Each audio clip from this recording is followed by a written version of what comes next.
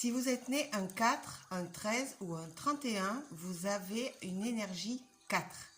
Donc le 4, c'est le carré, c'est le cube, c'est la structure.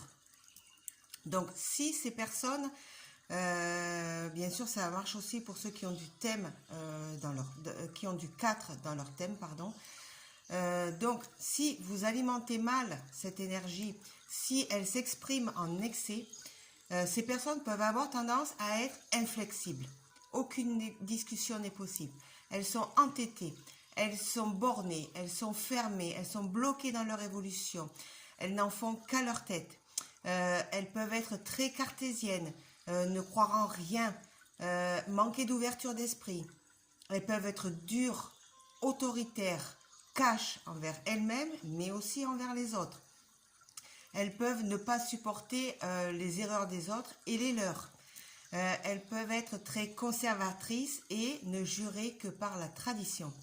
Elles peuvent aussi être ne montrer aucune émotion, être froides, être rigides, ne prendre en compte que leur manière de faire.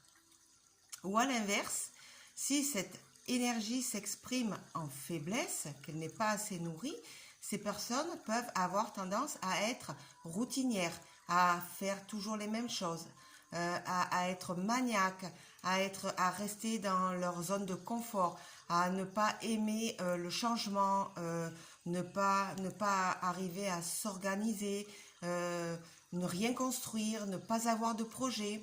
Elles peuvent fuir les situations quand ça devient trop difficile. Elles peuvent répéter toujours les mêmes schémas, les mêmes erreurs, avoir du mal à trouver leur place. Elles peuvent avoir besoin tellement de sécurité qu'elles restent dans leur cadre, dans ce qu'elles connaissent, dans ce qui leur est habituel. En fin de compte, elles s'emprisonnent un peu dans leur peur de sortir de cette zone de confort, de ce qu'elles connaissent.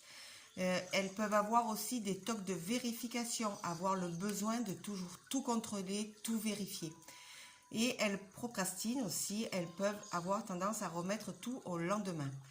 Donc le défi à relever pour ces personnes, pour pouvoir rééquilibrer cette énergie, eh bien, avant tout, c'est apprendre à travailler leur flexibilité, leur ouverture d'esprit, pour retrouver des capacités de construction. Apprendre à construire pierre après pierre sans aller trop vite, sans se précipiter, faire les choses les unes après les autres. Structurer leurs actions aussi, travailler sur leurs peurs, trouver leur place, prendre des risques, oser sortir de cette zone de confort dans laquelle elles sont. Il y a aussi se détacher aussi de la culpabilité qu'elles peuvent ressentir si elles ne font pas assez ou assez bien les choses. Donc voilà pour aujourd'hui.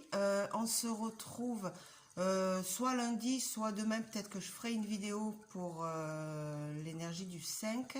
Je verrai. Suivant ce que je ferai pendant mon week-end. Voilà. Je vous souhaite une belle journée et je vous dis soit à demain, soit à lundi. Au revoir.